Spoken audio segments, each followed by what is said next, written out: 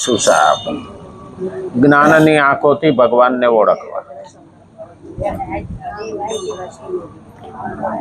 એક સાથે આપણે બધા જ્યારે મંત્રોચ્ચાર કરીએ ને તો એનો નાદ આખા વાતાવરણને એના વાઇબ્રેશનથી, એના મોજાથી પવિત્ર બનાવે. નેગેટિવ એનર્જી એનાથી દૂર થાય.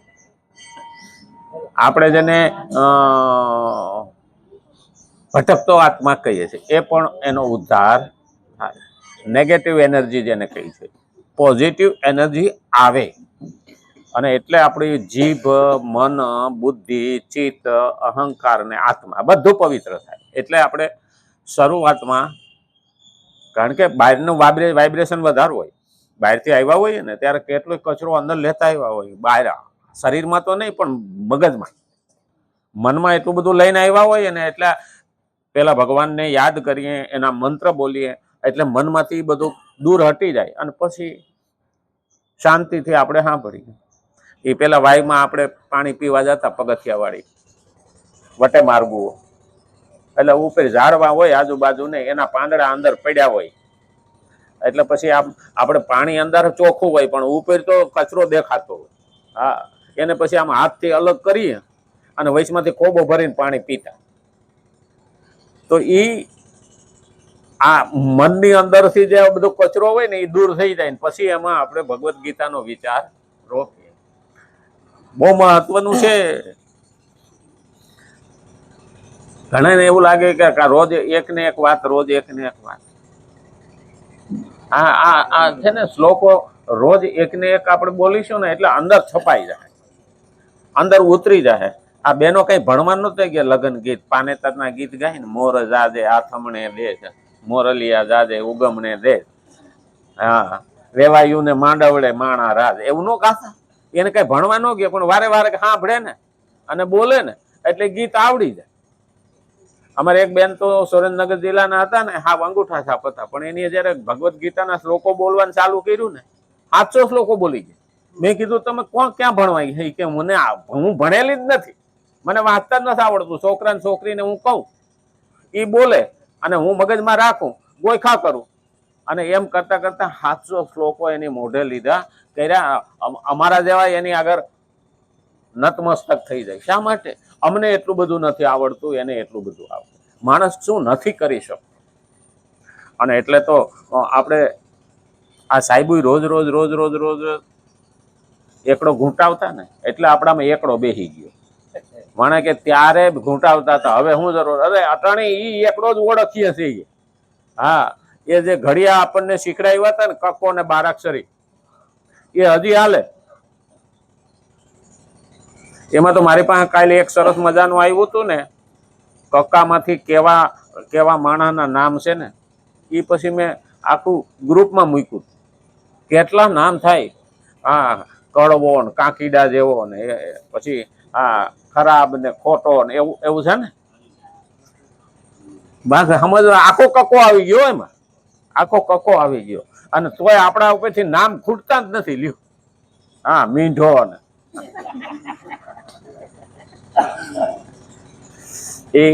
એ લગભગ એ મેં મૂક્યું હતું. બધાને આનો ખ્યાલ આવે ને કે આપણા વિશેષણો જ એટલા બધા છે. પણ હવે કક્કાનો 12મો અક્ષર એ થાય, ઢગલાનો ઢ. હા, અને એટલે જ કીધું શ્રીમદ ભગવદ્ ગીતા 3જો અધ્યાય 19મો શ્લોક આપણે જોઈએ છીએ. કર્મયોગી વિશેની વાત ચાલતી હતી કે કર્મયોગીમાં અહંકાર આવતો નથી. બીજા નંબરમાં એ વક્તા હોવા છતાં પણ એ રૂમ ઓરડો સાફ કરતો હોય ને તો સફાઈ કરવામાં પણ એ નાનપ અનુભવતો નથી. કોઈ કામ નાનું નથી. જો એવું વિચારીએ ને તો કોઈ કામ નાનું નથી. કર્મયોગી બધી ક્રિયાઓ તે જ ભાવથી કરે છે કે જે ભાવથી નાટકમાં એક સ્વાંગ ધારી, એટલે નાટક ભજવતો હોય ને એ માણસ પાત્ર લે. આમ તો એ પાત્ર લે ને ત્યાં સુધી જ એવું નાટક ભજવે. પછી ઈ પાછળ જઈને જો ઈ નહીં રહે તો, હા સ્વાંગધારી પાત્ર ફરે છે. જેવી રીતે નાટકમાં હરિચંદ્રનો સ્વાંગ નાટકને માટે જ હોય છે, અને નાટક સમાપ્ત થયા પછી જ હરિચંદ્ર સ્વાંગનો નાટકની સાથે ત્યાગ થઈ જાય છે. હવે પછી જાય તો હા હું તો હરિચંદ્ર છું, તો ઓલો નાટકનો માલિક હોય એ કાઢી મેલે. હા, પાત્ર જ ભજવવાનું હતું. આપણે આ બધા પાત્ર અહીંયા ભજવવા જ આવ્યા છે. હા, જેને જેવું પાત્ર મળ્યું ને એવું પાત્ર ભજવી લેવાનું, પછી એને ચોટી રહેવાનું નહીં. કારણ કે ભગવાન કીધું કે તારે આ પાત્ર ભજવવાનું, અને એ પાત્ર માણસ સારી રીતે ભજવે ને તો લોકોને ગમે.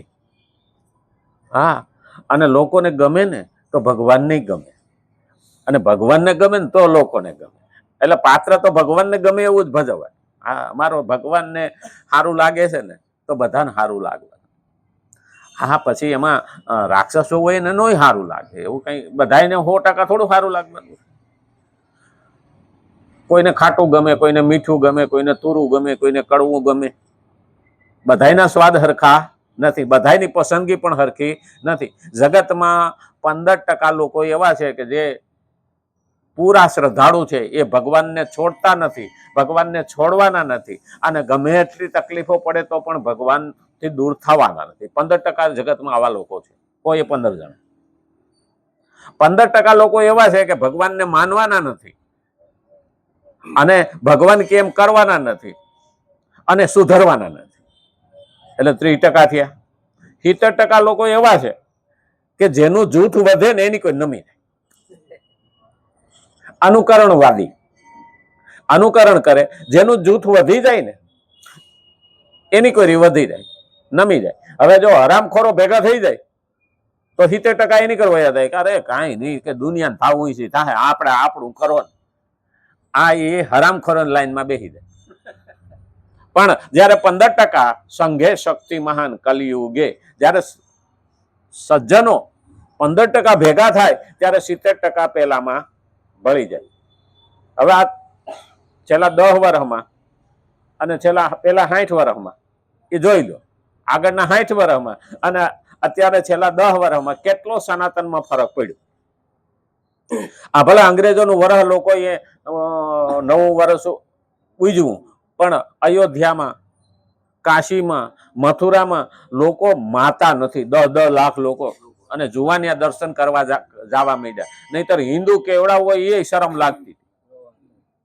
કારણ કે સનાતન જયારે ઊભો થાય અને સમય ફરે ને એટલે એ પ્રમાણે થાય. સમય આપણે જ ફેરવવાનો છો. હા, આમાં આંગળી લઈને નહીં, આ ભેજાને ફેરવવાનું. અને જયારે સંઘને એ સમય ફેરવવો હોય ને ત્યારે સજ્જનો ભેગું થવું પડે, અને એનો સંઘ જોવે ને એટલે પેલા 70% એની કોઈ નમી જાય. એટલે કેટલા થયા? 70 ને 15 85%. પછી ઓલા ડરી જાય 15% વાળા છે ને કે મારો બેટો અત્યારે શાંત બેઠા જેવું છે કે અડફે સડી ગયા ને તો કે હાવ સાફ થઈ જાઉં. અને એટલે કીધું શ્રોતા મારી સેવા કરે, મારો આદર કરે, મારી આવશ્યકતાઓની પૂર્તિ કરે, અને હું આ સાધારણ માણસોની પાસે કેવી રીતે બેસું એ મનમાંથી કાઢી નાખ. આ નાટકની સાથે જ ત્યાગ થઈ જાય છે. તેવી જ રીતે કર્મયોગીનું કરતાપણું પણ સ્વાંગની જેમ કેવળ ક્રિયા કરવા સુધી જ સીમિત રહે. ક્રિયા કરવા સુધી જ સીમિત રહે.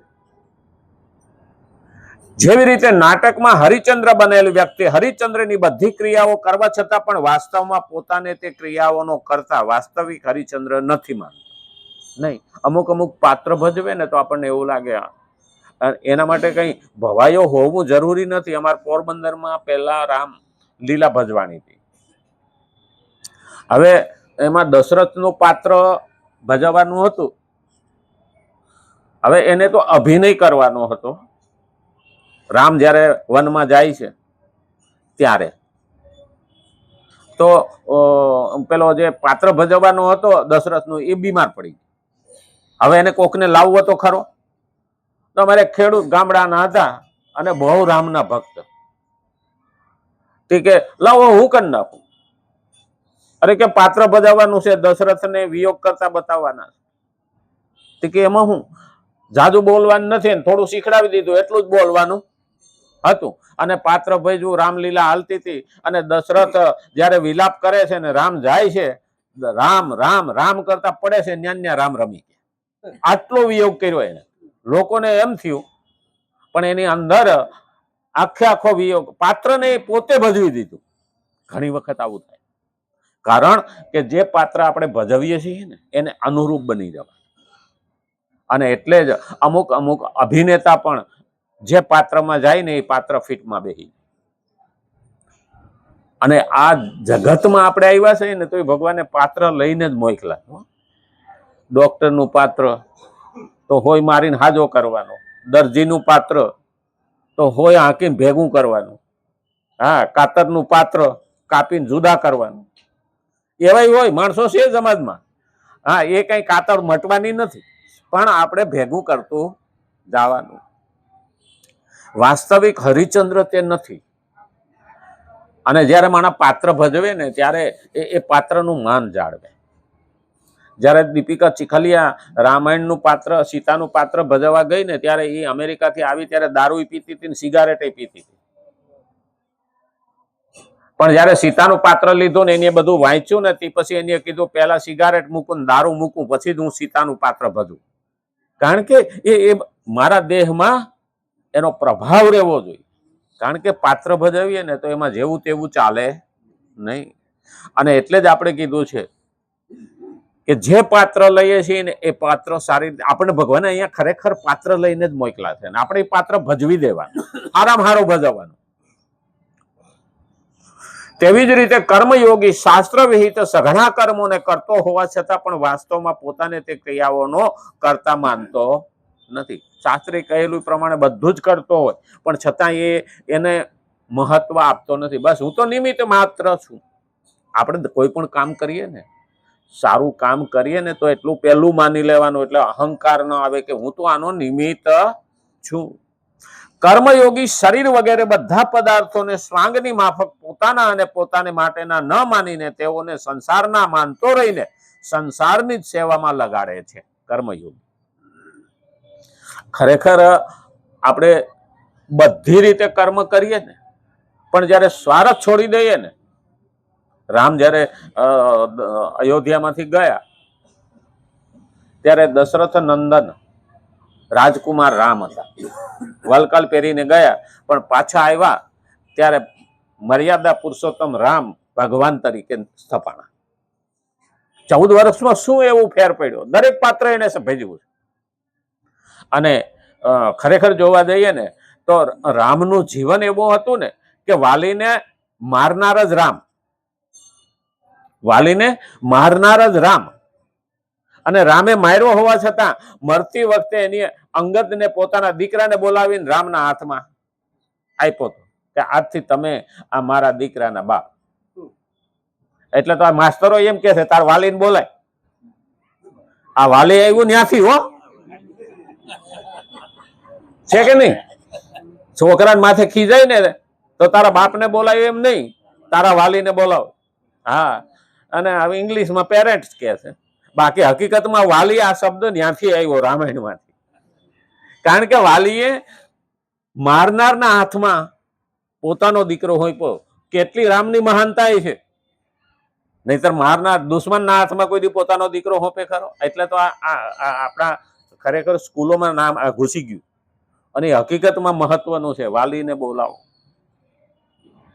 આથી કોઈ પણ અવસ્થામાં કર્મયોગીમાં કિંચિત માત્ર પણ કર્તૃત્વાભિમાન રહી શકતું નથી. કર્મયોગીને કોઈ પણ કાર્યમાં એને કર્તૃત્વાભિમાન રહેતું નથી. કર્મયોગી જેવી રીતે કર્તૃત્વને પોતાનામાં નિરંતર નથી માનતો તેવી જ રીતે માતા પિતા, સ્ત્રી પુત્ર, ભાઈ ભોજાઈ વગેરેની સાથે પોતાનો સંબંધ પણ નિરંતર માનતો નથી.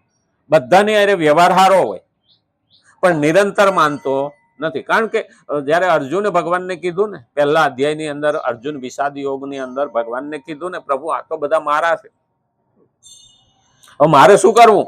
આને મારું તો કુળ ધર્મ લાજે, અને ન મારું તો ક્ષત્રિય ધર્મ લાજે. કારણ કે લડાઈ કરવાની છે અને ક્ષત્રિયનો ધર્મ છે. હવે બે ધર્મ વચ્ચેની લડાઈ હતી. એક બાજુ કુળ ધર્મ અને એક બાજુ ક્ષત્રિય ધર્મ. ત્યારે ભગવાને એને શબ્દ કીધો હતો કે આ તારા બધાય લાગે છે ને એ અહીંયા મરશે નહીં ને તો ઘેરે જઈને પણ મરવાનો છે, એ તો નક્કી છે.